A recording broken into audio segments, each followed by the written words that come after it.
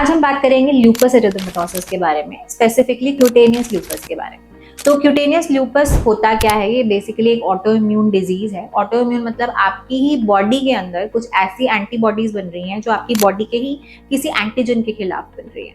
तो cutaneous lupus को हम बेसिकली 3 कैटेगरीज में डिवाइड करते हैं, या तो वो एक्यूट हो सकता है, सब एक्यूट हो सकता है, या फिर वो क्रॉनिक हो सकता है।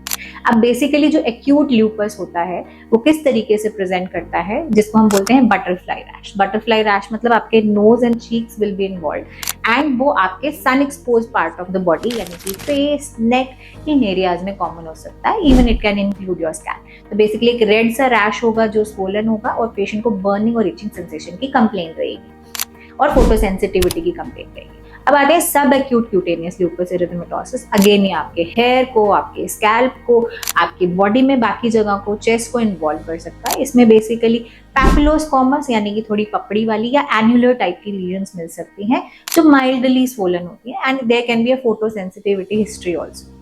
Then comes the category called chronic lupus erythematosus, जिसको हम DLE भी बोलते हैं यानी कि डिस्कॉइड lupus erythematosus।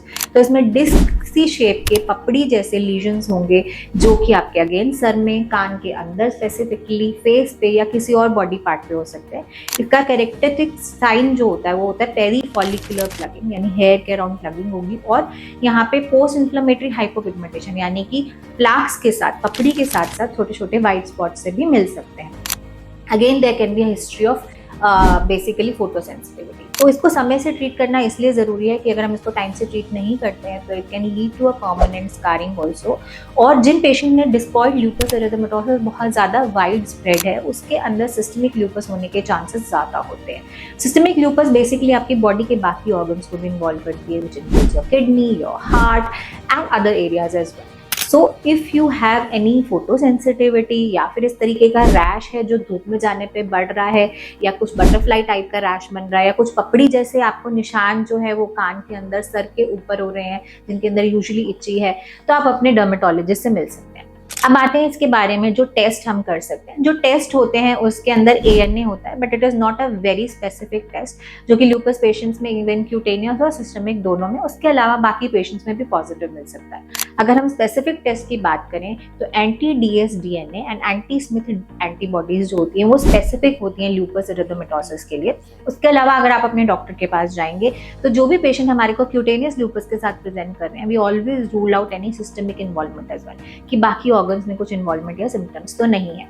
अब करी जाए ट्रीटमेंट की बात, तो ट्रीटमेंट डिपेंड करता है सिम्प्टोमेटिक रिलीफ पे, कितना बॉडी एरिया सरफेस इन्वॉल्वमेंट है उसके ऊपर। तो हम सबसे पहले टॉपिकल स्टेरॉइड्स, अगर आपको कोई रैश है उस पर प्रेफर करते हैं। उसके अलावा हम topical calcineurin inhibitors in a long term for the maintenance prefer करते हैं। अगर पेशेंट की डिजीज बहुत ज़्यादा है तो कुछ एंटी मलेरियल्स लाइक हाइड्रोक्सीक्लोरोक्विन का भी इस्तेमाल किया जाता है जो कि एक बेसिकली एंटी इन्फ्लेमेटरी भी है। उसके अलावा it is acting as an oral sunscreen also. Topicals में अगर हमारे पेशेंट्स होते हैं उनको रिकमेंड करते हैं कि आप एक अच्छा सनस्क्रीन यूज़ कीजिए जो कि फिजिकल फिल्टर के साथ है, जिसमें जिंक ऑक्साइड या टाइटेनियम डाइऑक्साइड है। उसके अलावा आप प्रोटेक्टिव क्लोथिंग पहनिए, caps, hats, full sleeves of clothing and direct sunlight को आप अवॉइड कीजिए। जिन पेशेंट में बहुत ज़्यादा बॉडी सर्फेस एरिया इन्वॉल्वमेंट है उनके अंदर हमें कभी कभी ओरल स्टेरॉइड या फिर कुछ बायोलॉजिकल्स या कुछ अदर इम्यून मॉड्यूलेटर्स लाइक माइक्रोफेनोलेट मेफिटिल या फिर एजाथायोप्रिन, मीथोट्रेक्सेट ये भी कंसिडर कर सकते हैं। अगर आपको इस तरीके का कोई रैश है और वो जा नहीं रहा और आपको समझ नहीं आ रहा कि इसका क्या ट्रीटमेंट है क्या नहीं, तो तुरंत अपने डर्मेटोलॉजिस्ट से मिलिए। Thank you.